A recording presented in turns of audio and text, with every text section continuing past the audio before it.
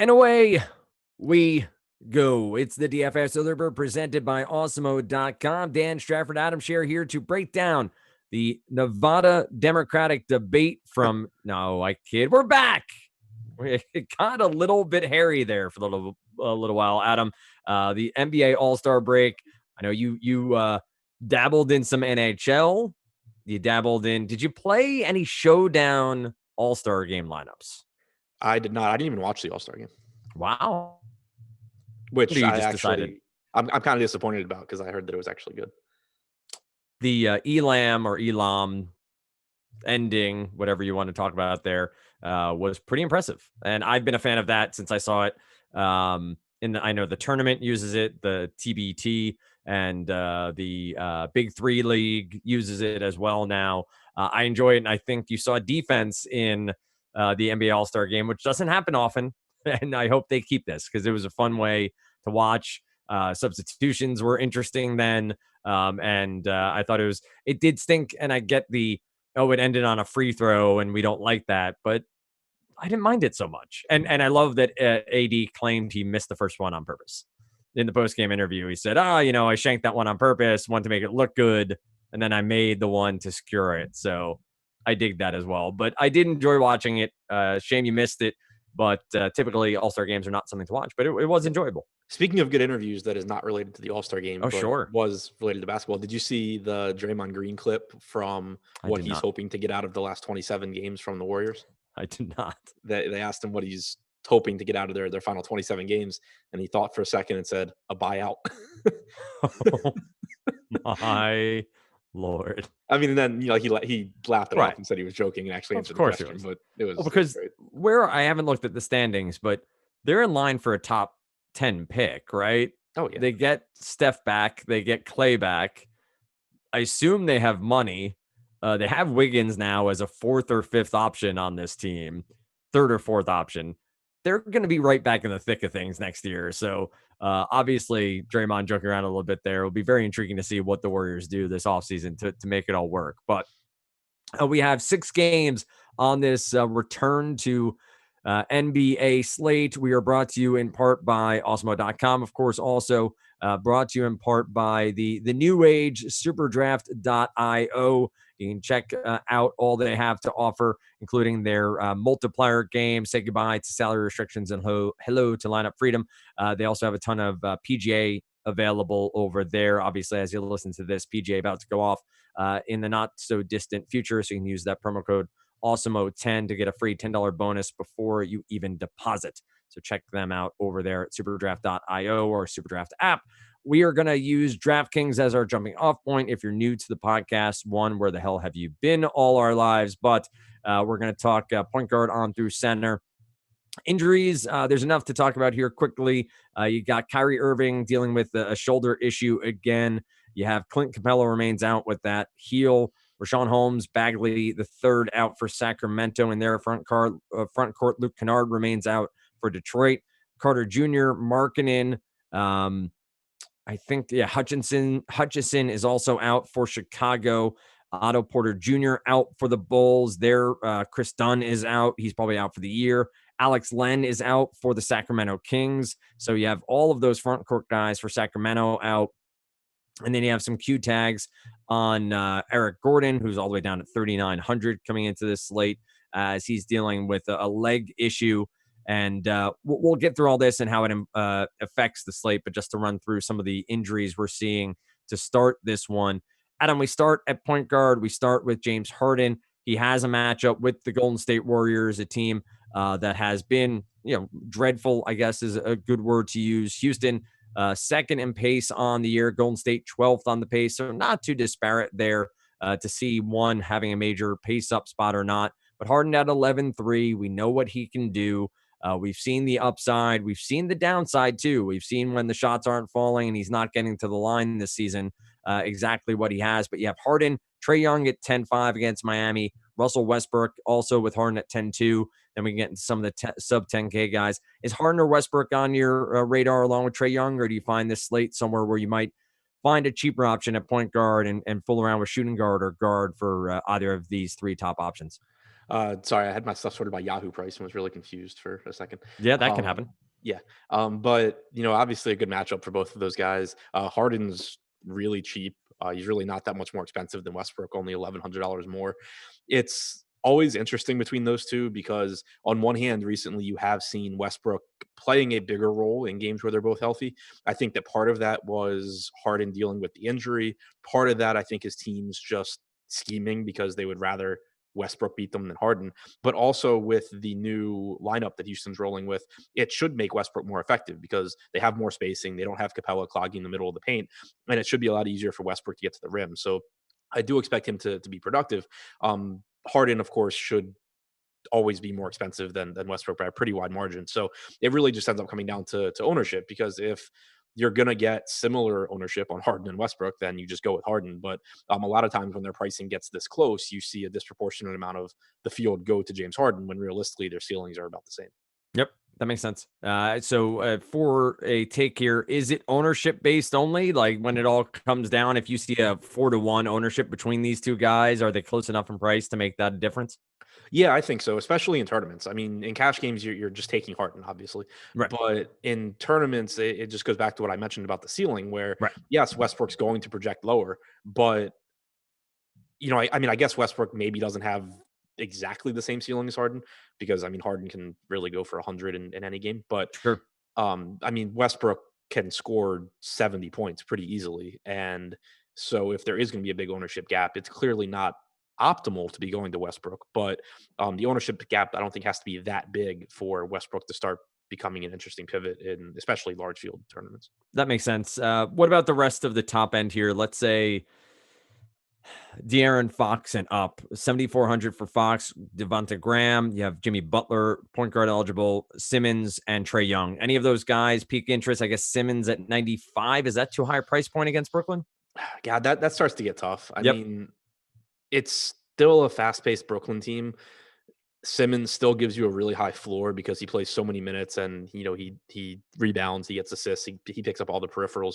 The problem is just that you start comparing him to guys like Westbrook, who's not that much more expensive. Trey Young, $1,000 more expensive, but Westbrook and Young are both like 1.4 to 1.5 fantasy point per minute guys. Simmons is 1.1, 1.15 in the right Right. matchup. I mean, it's not they're not really comparable. So that gets really tough. And then you have, Zach Levine in a really slow game, but another really high upside play at that price point as well. So I think it'll be really tough for me to get the Simmons. I think if I'm getting away from Harden or um, Westbrook at the point guard position towards the top, I'd probably look to Young. That's a spot where the ownership will be really interesting too, because it's a much less appealing matchup going against Right. Miami. But Young has been really productive in games he's played with John Collins this year. He's averaged about 1.5 fantasy points per minute. And there's at least a decent chance, I would guess, that what happens with ownership is that Harden gets the most and then Westbrook gets some, and then Young is kind of just like there by himself. If you want to go down a deep, deep rabbit hole of stats over on NBA.com, the pick and roll data that they have is pretty impressive. It always has, well, not always has been, but it has been for the past few years. And what Trae Young and John Collins have been doing over the past, let's say about month and a half has been elite. Now it's not always pick and roll between the two of them. It's pick and pop. It's pick and slide. I want to be evident there, but you can really get lost in some of the data, and the opponent doesn't really matter. They've just been so efficient with the way they've been playing together and really playing off of one another. It's been impressive. A tough matchup with the Miami Heat there, a team that's I think 26th in pace on the season. Trying to find a cheap option. Should note here, Reggie Jackson has been bought out by the Pistons. He is most likely going to the LA Clippers. So, though he is listed still on DK and FanDuel and across the map, he should not be eligible to score points here, obviously. You have Derrick Rose. You have a couple of guys coming up from the G League. Apparently, you have Bruce Brown in the mix there. Any of the Detroit guards, point guards for you get a bit of a bump here with Reggie Jackson, who had been playing a pretty decent amount of minutes 30, 35, 28, 36 minutes over the past few games. Do you like a Derrick Rose in a pace up spot against Milwaukee where they give up a decent amount of 3-point attempts and 3-point options? I know that's not Rose's forte, but any of these Detroit guards a potential for you? It really scares me because I just don't have a good feel for what kind of rotation Detroit's going to run now. Very clearly a different team than they were for most of the year. Any notion of them being competitive is now gone without, I mean, not that Jackson makes a huge difference, but not having Jackson, not having Drummond, Griffin being hurt, like they're not going to be trying to be competitive. So I don't know how many minutes to expect from Derrick Rose. Like he's cheap enough where if he does play even 26 minutes, he at least has a path to being good. If I knew he was going to play 32, I'd be really interested. But it just scares me that they could just run a really deep rotation, give more minutes to Jordan Bone. You have Brown, you have Svi, you have guys that can soak up minutes. So I guess tepid interest in Derrick Rose, just because I think there's certainly a chance that he just doesn't play as many minutes as he was before the break. But he will get all the opportunities in the world without Drummond or anyone else really offensively minded on the team. All right.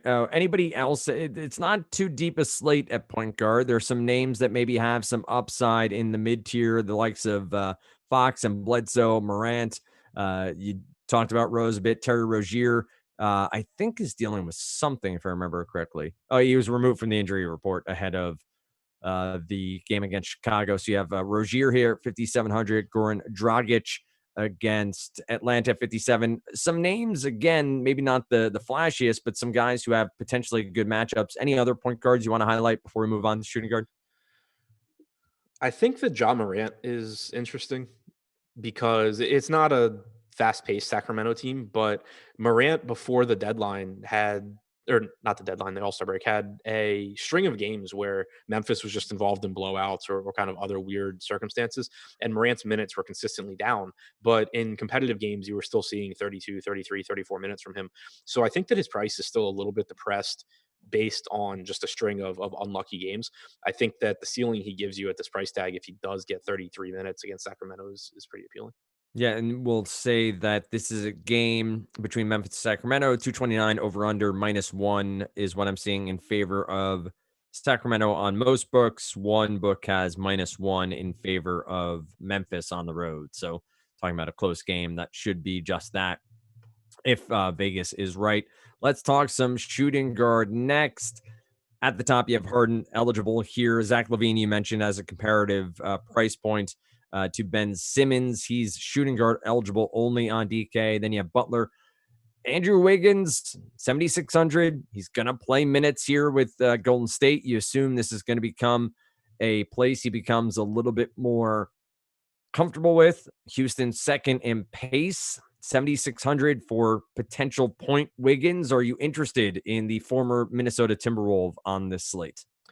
Yeah, he's gonna get tons of offensive opportunities, and we've seen it for a lot of the year. I mean, with Minnesota, he was playing without Towns a lot, and it doesn't. He's still not going to be super efficient, but he still has a lot of opportunities. It's a fast paced Houston team. This game should be a track meet pretty much. So yeah, I'm definitely interested in Wiggins. What do you make of Spencer Dinwiddie here with Kyrie still struggling with injuries? Not the best matchup with Philadelphia. I know they're a good defensive team, but the price point has dropped back down. He was up around 7,800, 8K, 8,200, depending on the slate. He's down at 7,300, point guard, shooting guard eligible on DK. Any interest there? Yeah, just because he's pretty cheap and Irving's still out. His rates do take a hit now that Charis Levert is healthy. Earlier this year, when Kyrie was out and so was Levert, you saw Dinwiddie just be an absolute monster. Now it's a little bit more difficult for him because he is sharing the floor with Levert so much, and Levert's a really high usage guy. But I think 7,300 is pretty much a floor price for Dinwiddie. All right, a couple more questions here at shooting guard, then we'll move on. Buddy Hield is 6,600. This is a guy who's been playing in the mid 30s, has shown us an upside. Probably, what was it? I think 56, 57 has been his sort of high watermark over on DK. And at 6,600, if you got that, you'd be very happy near 10x or let's say 8x or so. Do you like Hield in this matchup with the Memphis Grizzlies at 6,600? Yeah, it's a fast-paced Memphis team. Hield's minutes are like they're good when he plays well. So I know Alex likes to mention it a lot that even with guys like Hield, where he does have downside to his minutes. Like if he's not playing well, the Kings have guys they can replace him with. But if he's not playing well, those lineups weren't going to win you a tournament anyway. So the fact that he can play 32 plus minutes in a good matchup against Memphis is pretty appealing. He gets plenty of usage coming off the bench, and so I do think that it's not someone I'd be looking to in tournament lineups. I mean, in cash lineups, but Right. in tournaments, he certainly has upside at that price point. That makes a ton of sense, and the differentiation there of if he's not playing well, he's not playing the minutes, and he's also not winning your tournament no matter what. So you're seeking upside in GPPs, you're seeking the ceiling, not seeking a floor game from him. So makes a ton of sense. We have not a ton here that scrolling through shooting guard on a first look makes a ton of sense. I guess Bogdanovich at 4,900 stands out a bit with Sacramento with the lack of bodies. I know he's more of a shooting guard, small forward. Maybe we'll talk about some other guys for Sacramento. You have Dylan Brooks around the same price point. Kevin Herter has Miami. That's not the best matchup. Malik Monk for Charlotte. Am I like, is somebody standing out to you that I'm missing or scrolling past at shooting guard? I think Kobe White looks like a pretty appealing option. Should be able to get minutes, and it's not a bad matchup for him. Obviously it's a slower game, but minutes should be there, and it's a bad Charlotte defense. All right. I don't see a ton here at shooting guard. So I will remind you, with that said, that the NBA strategy show comes your way on each and every morning around 9:15, 9:30, depending on the start time. But they'll go through each and every game, dive in pretty deep on all the statistics and the spreads and minute projections. So you can check that out. Typically, Josh is hosting that with Adam or Lofty. So you can check that out Monday through pretty much Sunday. Josh will jump on, it seems like, every day to do the strategy show. So you can check that out on our YouTube channel. Deeper Dive, Adam and Lofty, and then Live Before Lock, obviously leading you up to lock, is available over on YouTube as well. If you're not yet subscribed to our YouTube channel, subscribe, hit that alarm bell so you know when we go live. If you're watching this video over there on the YouTube, make sure to leave a comment and hit that like button. We do appreciate it as always. Are you a believer in one Furkan Korkmaz for the Philadelphia 76ers? You should pay more attention to my Twitter account. You know the answer to that. No, I only pay attention to one Twitter account. You know exactly which one that is. So you know which one that is. It's hearty. It's full of great NBA takes, and we make fun of it all the time. that's a lot of different accounts. What do you have for Korkmaz here? No, not interested. He's. I just think that with Philadelphia fully healthy, his role is going to be pretty tough to define. Like I'm expecting, mid-20s in minutes from him. If he shoots 80% from three, he'll have a good game. But obviously, that's not something we're expecting to happen. You have Josh Richardson back. You have the two guards / wings that Philadelphia picked up at the trade deadline in Burks and Robinson. So I'm not interested in Korkmaz. All right, let's just sorry to quickly double back to Kobe White, because I mentioned that he would get playing time, but I didn't elaborate. Chandler Hutchison out, Porter out, Chris Dunn out, Denzel Valentine out. So, minutes should go to Arcidiacono, but Shaq Harrison probably gets into the rotation. But you had Chandler Hutchison starting in place of Dunn and playing like 30 plus minutes. So Kobe White should be able to find his way probably to 30 plus minutes now. All right, let's continue on here. And we see small forward is up next. I'll say, again, first look for me, not seeing a ton that jumps off the page as absolute musts or matchups that you feel most comfortable with. Wiggins is eligible here, so small forward at 7,600 makes a ton of sense. Hield, 6,600. Again, would be somebody that I think is more than reasonable. Tobias Harris is down to 6,400. Does that appeal to you at all? Yeah, he's someone that when the price tag gets that cheap always becomes appealing because you're normally going to get around 35 minutes from him. He's around the 22% usage guy in games that Joel Embiid plays this year. But Brooklyn is a fast-paced team. They're not bad defensively at all, but the rebounding opportunities and the just the offensive opportunities that Harris gets are nice. And then also with Al Horford coming off the bench, you're getting Harris with even more rebound opportunities. All right. What else do you like at the top end of small forward? Middleton's at 83. Wiggins, we talked about. Levert is 67. Anybody else stand out up here as potential options? I think Levert's a good play.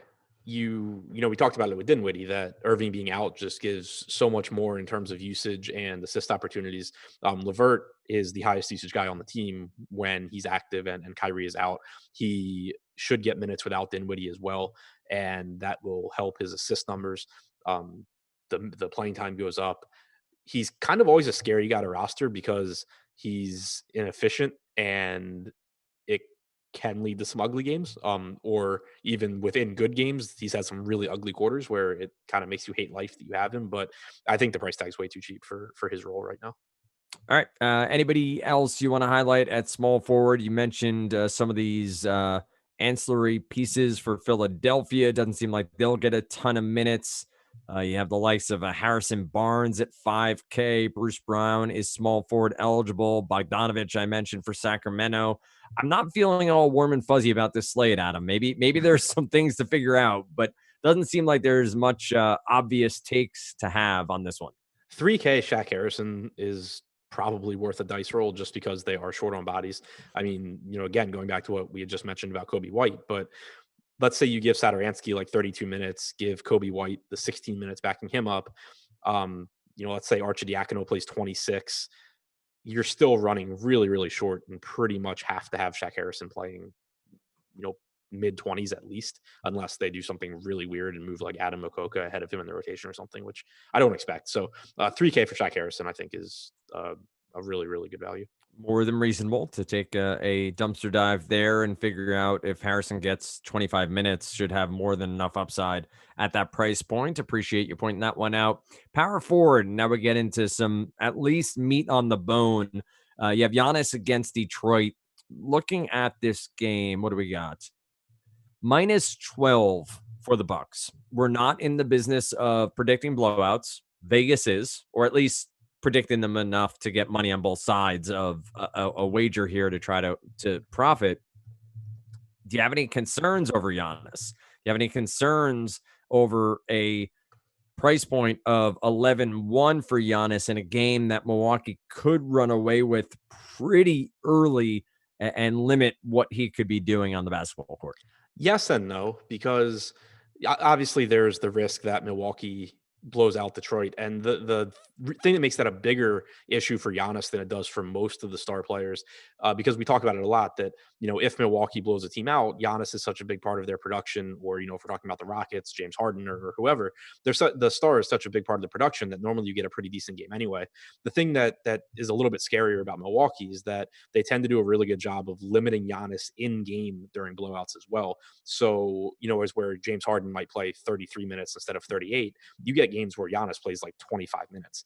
And so that's concerning. But at the same time, he's just far and away the best fantasy producer in basketball on a per minute basis.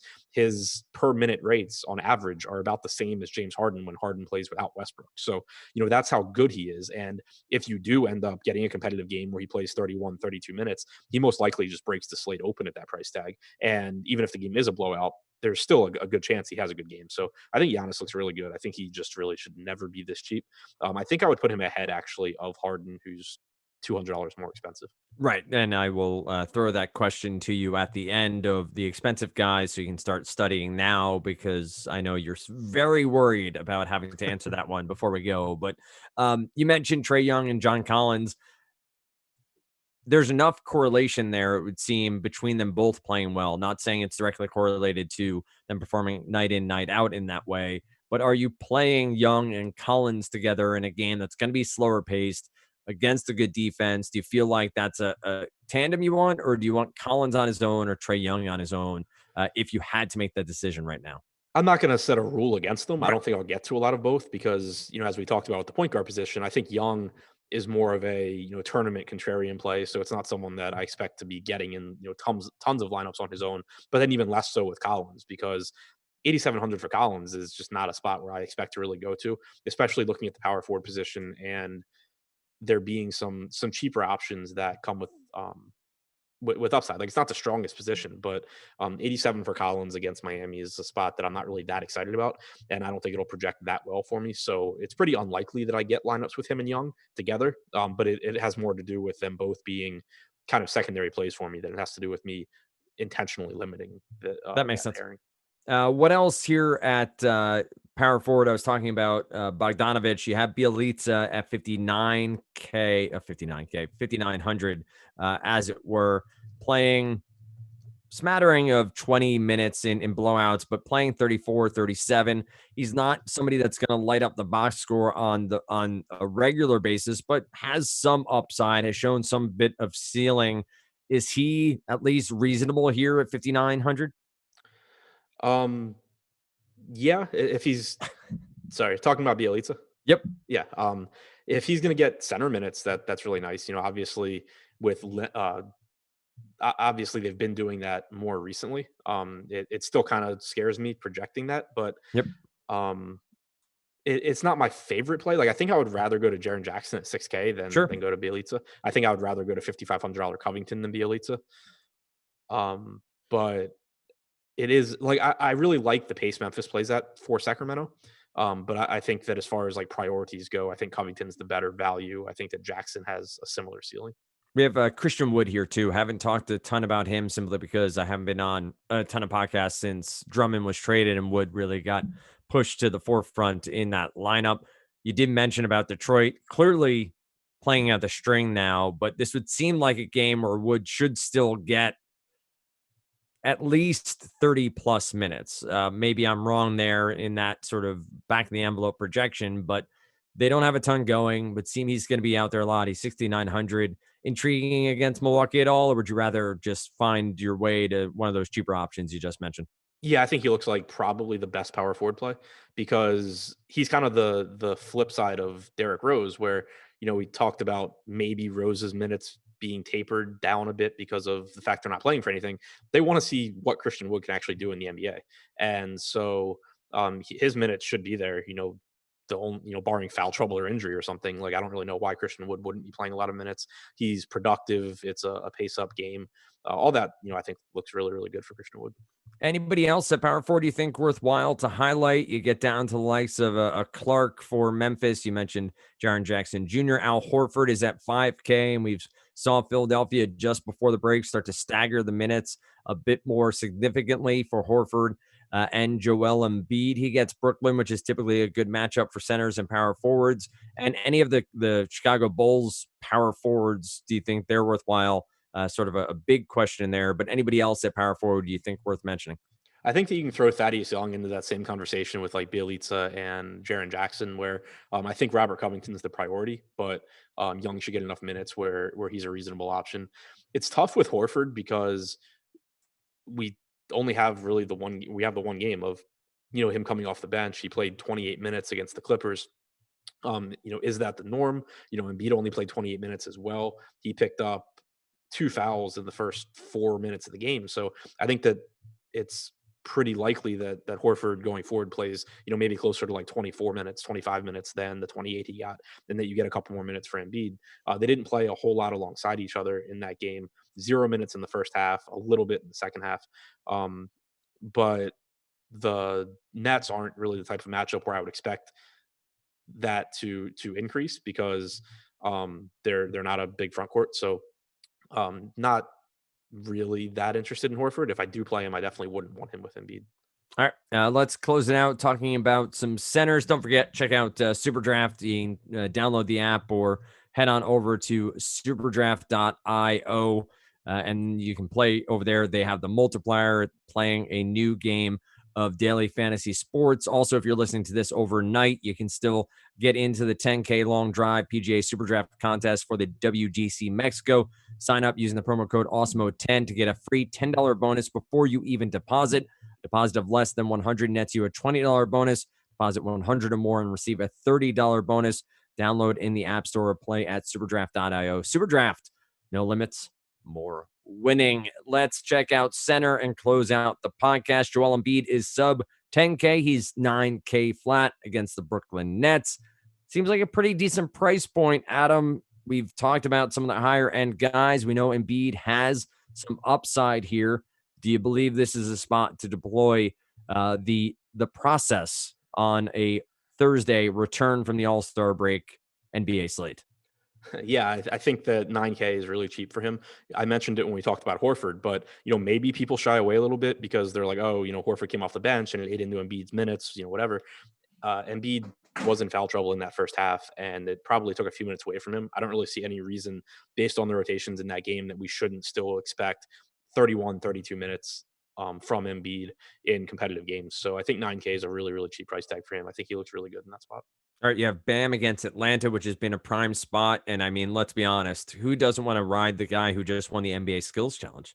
Yeah, clearly a very skillful player. Well, do you think there's is that like the home run derby? Does he now not have skills after? Forgets how to pass and Yeah. probably will forget how to knock down pull up threes because I didn't think he knew how to do that in the first place. So not expecting to see him start knocking those down, but he's kind of been one of the most he's just a really, really well-rounded player that it's pretty tough for him to disappoint because he plays huge minutes, he gets assists, he gets rebounds, scores enough, and it is a great matchup against Atlanta. So, yeah, if you can't find the 9K for Embiid and you need to take that 1,200 savings, it's perfectly fine. You have Valanciunas against Sacramento at 71, Chris at 62. We mentioned Wood at power forward. And then we get pretty cheap pretty fast. You have Brook Lopez, DeAndre Jordan against Philadelphia. Jarrett Allen is at 5,100.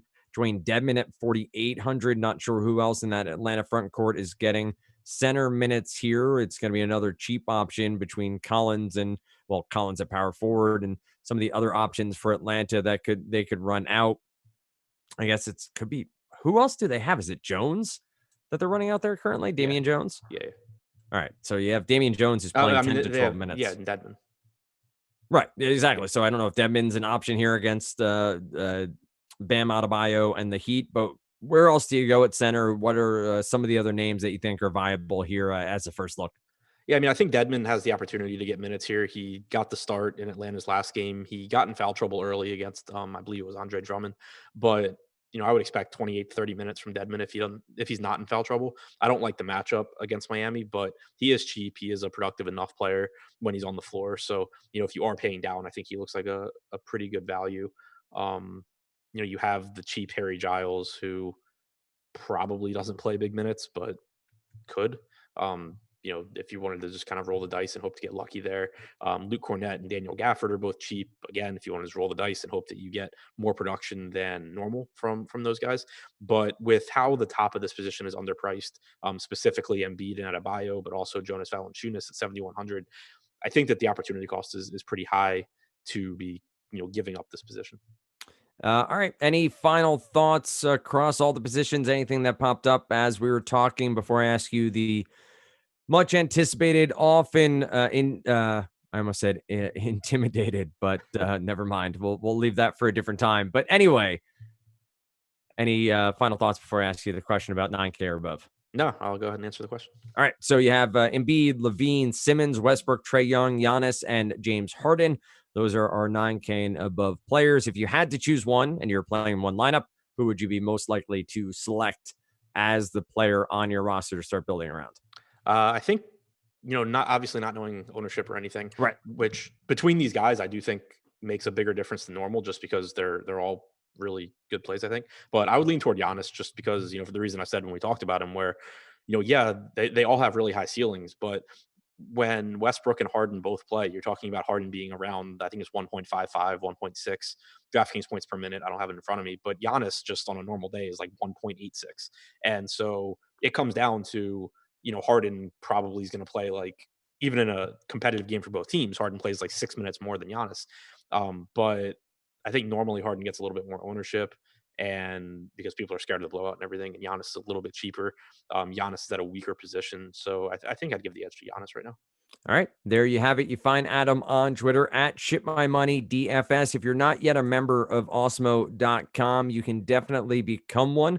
You can find out more information at our Twitter handle, Awesemo_com, or of course, head on over to Awesemo.com. Find out more there. We have the promo code of Early Bird here on our podcast. It's 50% off any Awesemo Plus weekly package when you use this promo code earlybird, one word, at checkout. So awesemo.com for more information there. Find me on Twitter if you so choose at Dan Strafford. And of course, each and every day we have the DFS Early Bird for you. Tomorrow morning, it is myself. It is one Dave Lochran, also known as Lofty_D, LOUGHY_D. Of course, right here on the DFS Early Bird presented by Awesemo.com.